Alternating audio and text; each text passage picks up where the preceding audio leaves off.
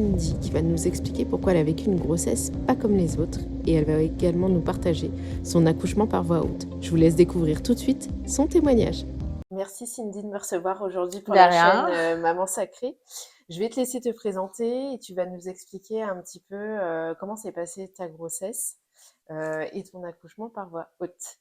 Je te laisse te présenter. Ok, donc moi c'est Cindy, j'ai 34 ans, je suis soignante de nuit. J'ai une petite fille qui va avoir 3 ans et un petit bout de chou qui vient d'avoir 8 mois. Euh, donc, première grossesse qui s'est très bien passée, accouchement nickel, tout. Et la deuxième a été un peu plus compliquée, surtout vers la fin.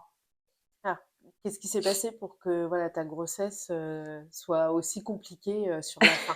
Alors c'est vraiment même un message de prévention. Ma première grossesse, quand j'ai accouché, après avoir accouché, j'avais des démangeaisons. Ok. Donc, je vais chez le médecin, crème, tout va bien, ça se termine. Et là, vers les 7 mois et demi, 8 mois de grossesse, un soir, je commence à avoir v'là les démangeaisons, mais vraiment genre intense. Je me dis, bon, je m'inquiète pas, c'est comme ma première, tranquille, j'attends. Deuxième jour, pareil, je dors pas, que je me gratte, je prends la broche, je me gratte et tout.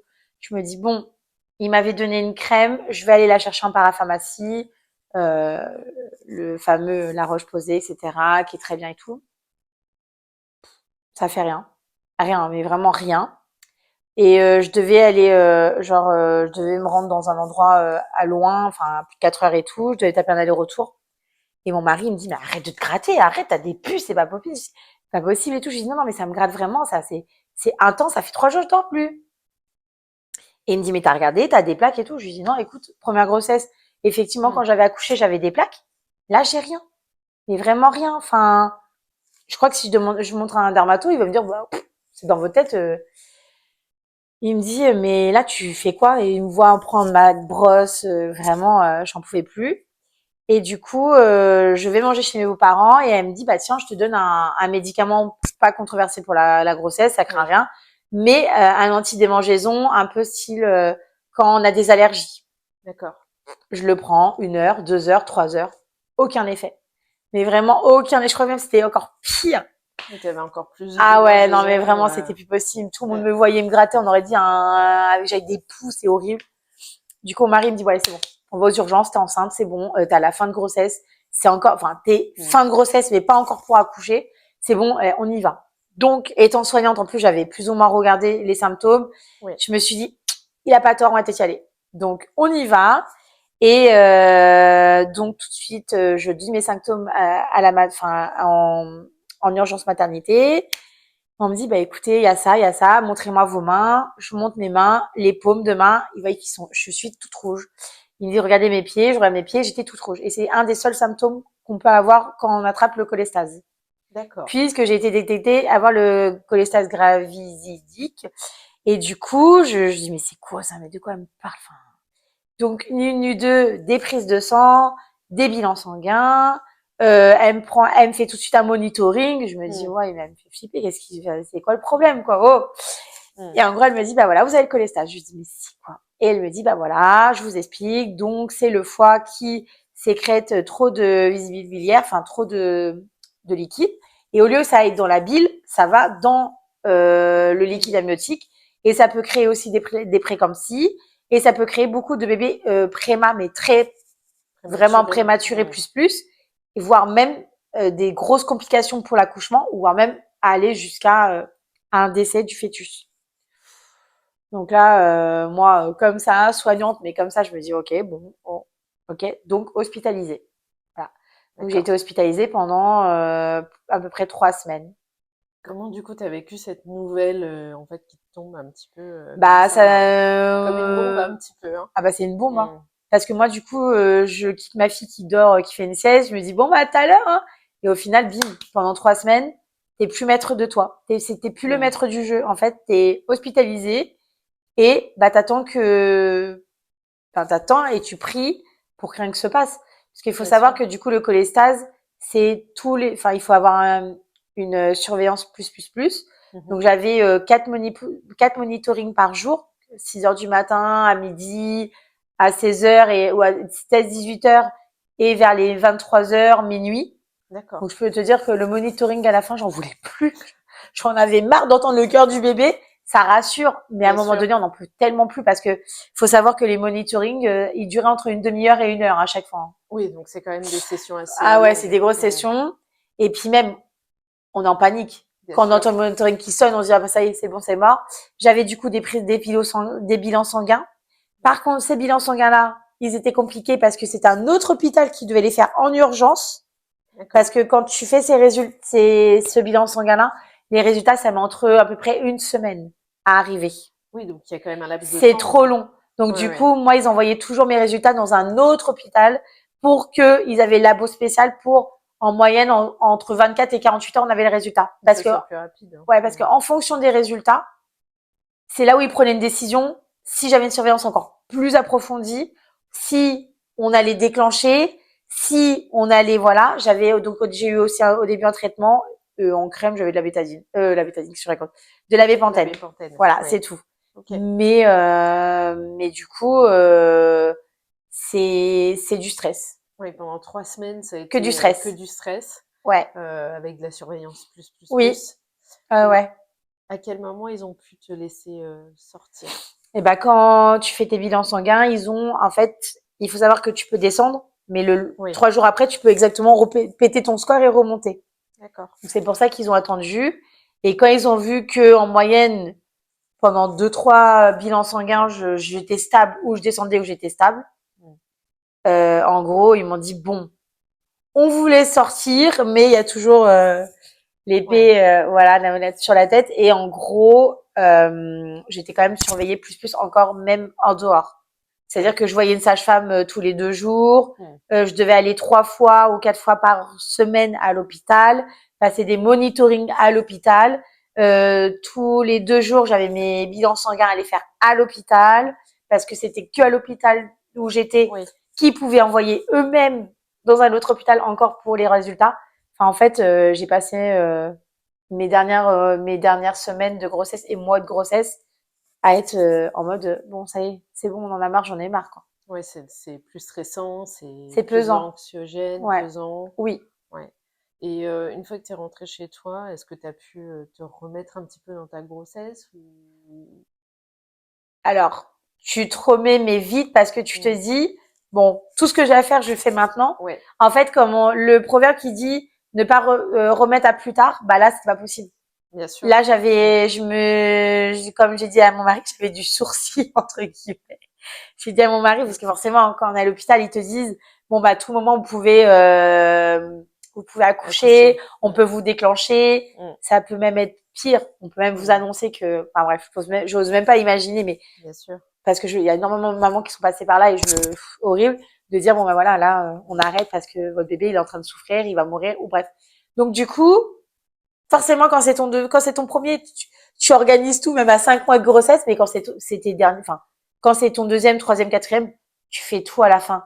Alors qu'on Oui. sait qu'il faut pas. Mais, et nous, enfin, tout ce que l'on avait prévu, j'avais rien fait. La truc Ouais. de mater, on l'avait pas fait, on n'avait pas choisi les vêtements. Moi, ma valise, elle était à peine faite. Et pour ma fille, justement, on avait organisé des petits cadeaux qu'on Oui. voulait faire et tout. Ça a été fait à la va-vite. Donc, quand j'ai su que je sortais, franchement, j'ai tout préparé. J'ai tout refait avec mon mari, mais je crois en même pas 2 jours, on avait tout bouclé. Oui, parce que tu as eu ce besoin en Bah, fait parce que j'avais besoin de pouvoir de pouvoir contrôler enfin, contrôler voilà, enfin ta grossesse, ma quoi. fin de grossesse. Ouais. Et puis, c'était du sursis parce qu'à tout moment, si ça allait pas, hop, c'était urgence et allez hop, on y retourne, quoi. Donc, Oui. voilà. Et au niveau de l'accouchement, est-ce qu'ils ont programmé quelque chose ou est-ce que tu devais être déclenchée suite à ce suivi que tu Alors, avais? il faut savoir que moi, c'était un gros bébé, mais j'ai jamais eu de diabète. Voilà. Mais c'était un gros bébé, il était estimé si j'allais jusqu'à la fin à 4,5 kg. D'accord, 4,6 kg. Ah, bon bébé, un bon petit gnou. Et j'avais beaucoup trop de liquide d'accord. amniotique Mm. qui prenait trop de place. Et ils avaient un peu peur parce que le bébé, du coup, commençait, comme il était gros, grand, il avait plus de place. Il commençait voilà. Donc, je me rappelle que le matin, j'avais un monitoring. Nickel, elle me dit bouge bien et tout. Et elle me dit, bah écoute, écoutez, je pense qu'on va essayer une voix basse quand même. Donc moi, ouais, trop bien, hop là. Et en fait, l'après-midi, je devais y retourner pour voir un gynécologue obstétricien Oui, qui, lui, prenait la décision si c'est une césarienne ou pas. Et là, on m'annonce, bon, bah voilà, césarienne.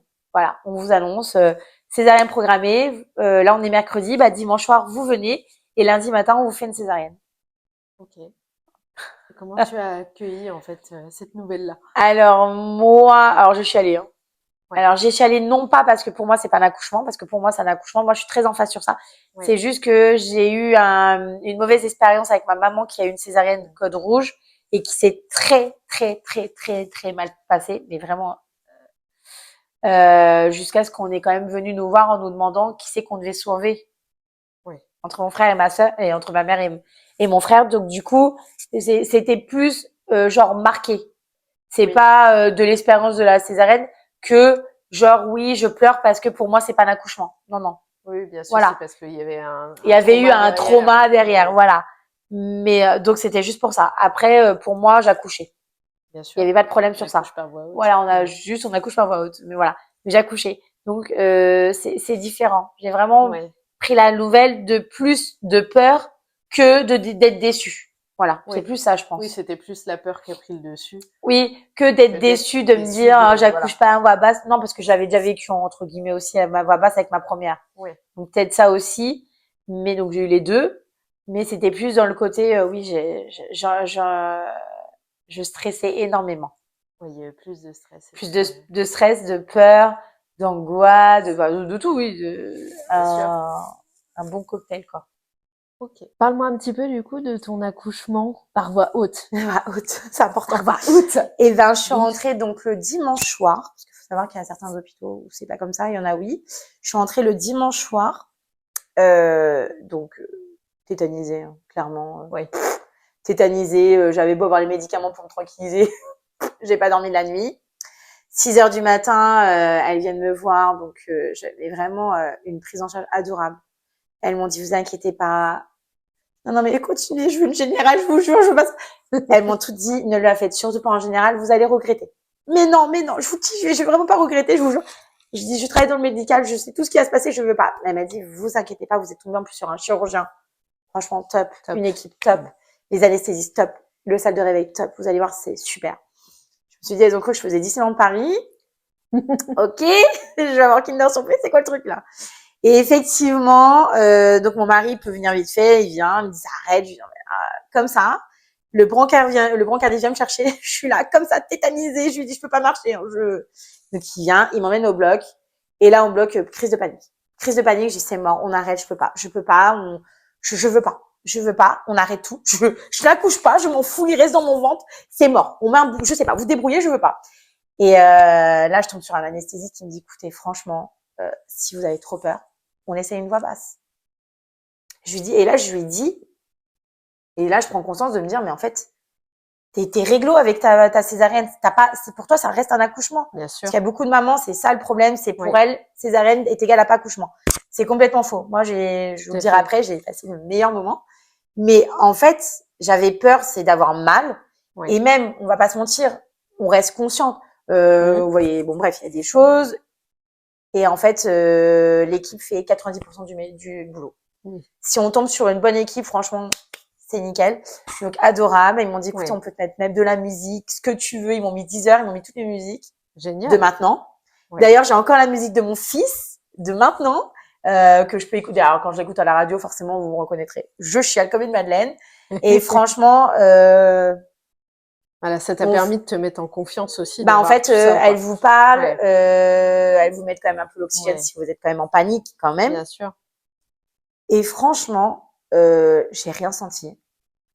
J'ai juste demandé, alors vous pouvez tout demander, hein, ça dépend où, mais moi en tout cas à Melun, j'ai pu tout demander. Ok. Je leur ai demandé juste de pas détailler ce qu'ils faisaient, ce Oui. qu'ils ouvraient, quand ils je voulais pas savoir.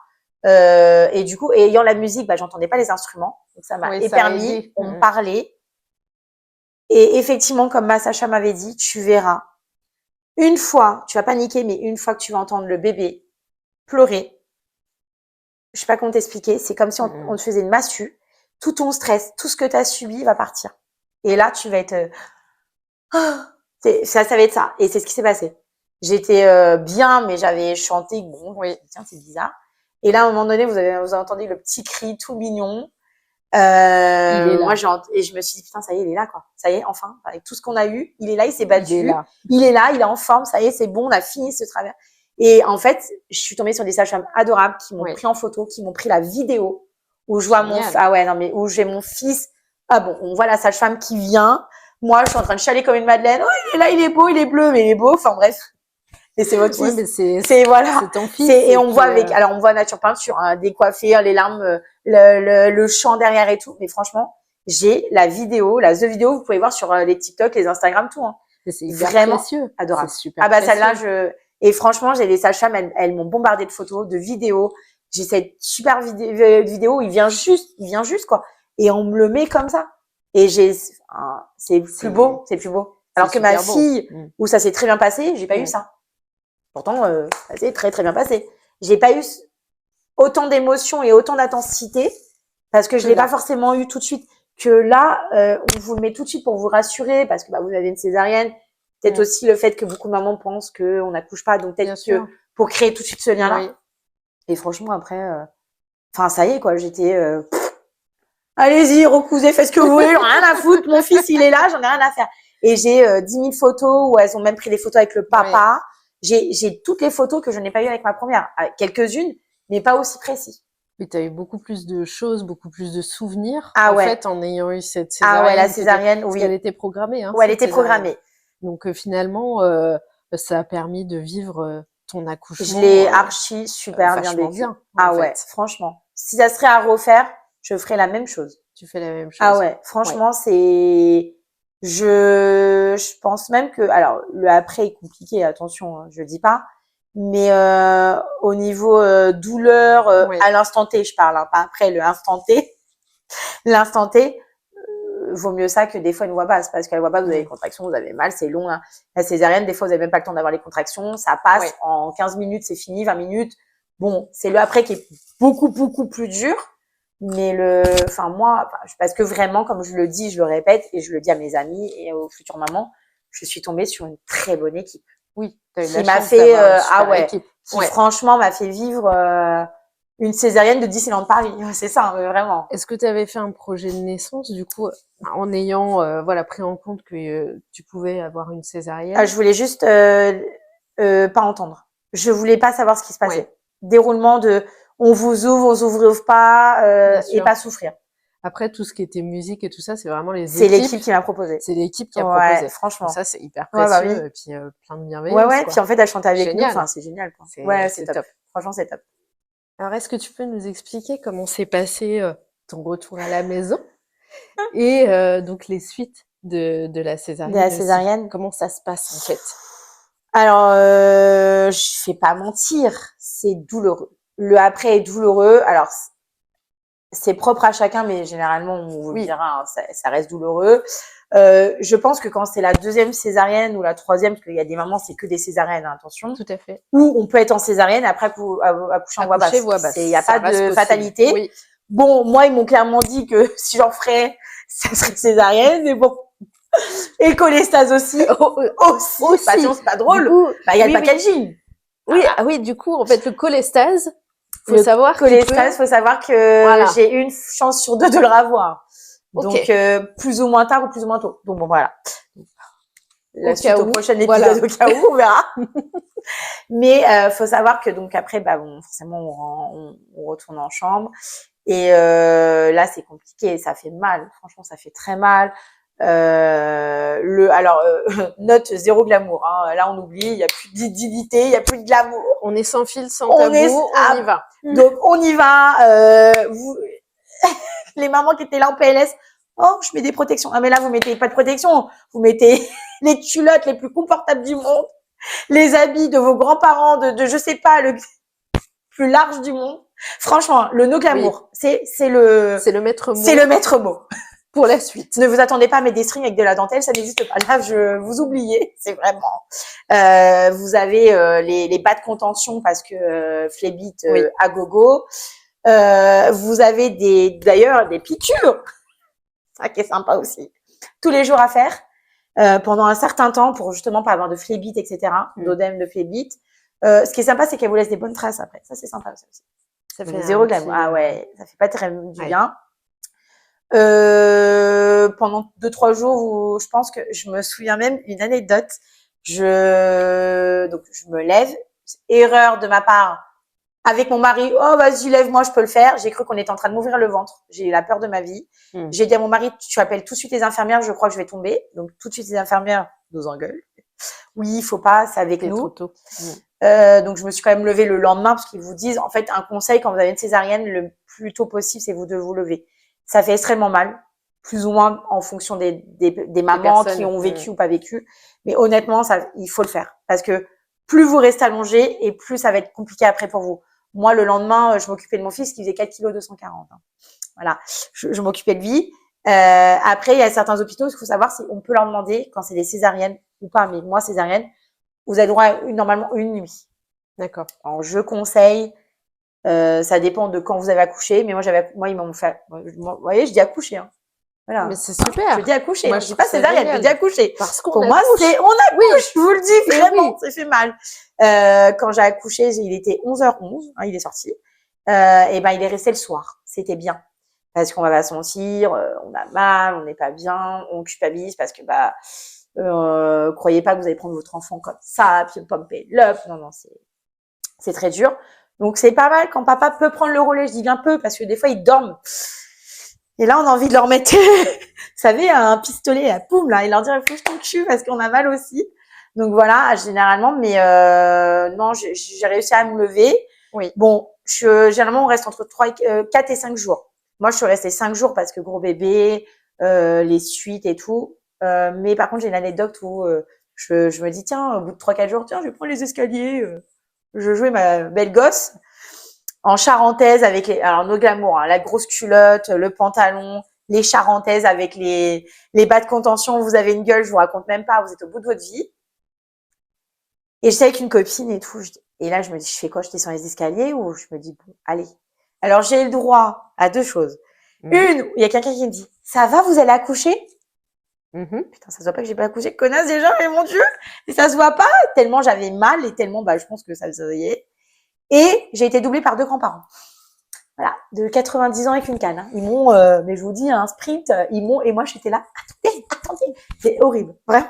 On est au ralenti, c'est compliqué, mais il faut continuer. Et après, vraiment la vérité, il faut se faire aider.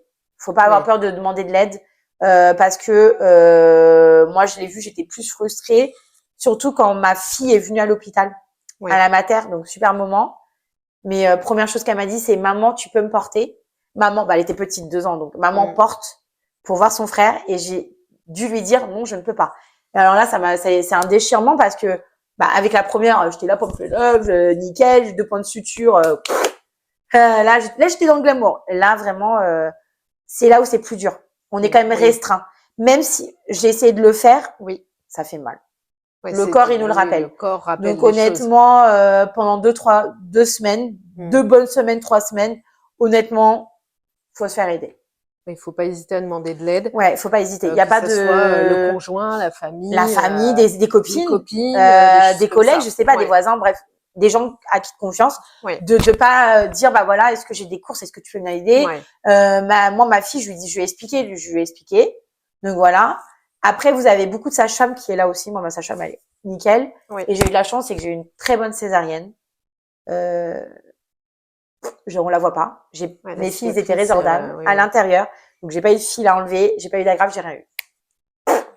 Donc, franchement, pas de soins, rien. Nickel. Pas de soins, pas de... Rien, pas du tout. Pas de mots quelconques. Après, à la maison, ça a été... Pas du tout, non. Franchement, rien, quoi. Bon, nickel. Super. Ouais. C'est une bonne chose. Ah ouais. Ça permet de se remettre quand même un peu plus facilement. Il faut quand même que le corps encaisse aussi. Donc c'est le corps, il comprend pas en fait. Ça reste, c'est quand même pas une voix basse. Bien sûr. Donc pour le cerveau, plus il dit on n'a pas accouché en fait. Donc on a un petit combat quand même un petit peu. Il y a un combat entre le corps et l'esprit au final. Parce que le corps, ici, il y a plus de bébé, il y a plus rien. Mais donc les hormones, je trouve que c'est plus long. Oui. T'as vu que c'était un peu plus long. Ah ouais. Je pourrais encore chialer. Hein. Se remettre en place. Ouais, franchement. Il faut plus de temps. Ouais, j'ai l'impression. Perte de poids aussi. On va pas après, comme on expliquait tout à l'heure, il y a des Oui. filles, au bout de 6 jours, on se demande si elles ont accouché, et on se demande même si elles sont tombées enceintes, tellement elles sont fines. Et il y en a comme moi qui ont, alors, pourtant, ma première, ça a été plus facile. Là, je vois, c'est plus dur. Alors, est-ce que c'est les hormones? Et il y a ce petit tablier qui reste, parce qu'il y a cette cicatrice, ce tablier. Alors, je sais pas si c'est parce que le corps en soi, il se dit, mais ça n'a pas été en bas, ça n'a pas été, je sais pas. Mais c'est quand même beaucoup plus dur. Enfin, moi, je le vois. Et ayant des copines qui ont eu aussi des césariennes, Oui, elles sont aussi dans le même cas que moi. d'accord. Où elles galèrent plus à avoir ce petit tablier, ce côté à perdre plus vite. La remise en forme et retrouver en fait son corps et les limites Ouais, de son corps. enfin C'est un moi, peu plus autour de long. moi, celles qui ont eu des césariennes, Ouais. elles le disent aussi. C'est Oui. un peu plus long. Oui, oui, il y a quand même quelque chose que toi tu trouves, Ah, mais moi, que je trouve. d'autres trouvent Oui, aussi. oui. Voilà. Après, chaque personne est Après, à part différente, si c'est vraiment mais une voilà. morphologie, mais si Mais, c'est une morphologie lambda où la personne, ouais. c'est quand même plus dur. Mais je pense qu'il faut du temps quand même hein, pour se remettre d'une Oh bah, césarienne. écoute, 1 an Je ou 2. pense.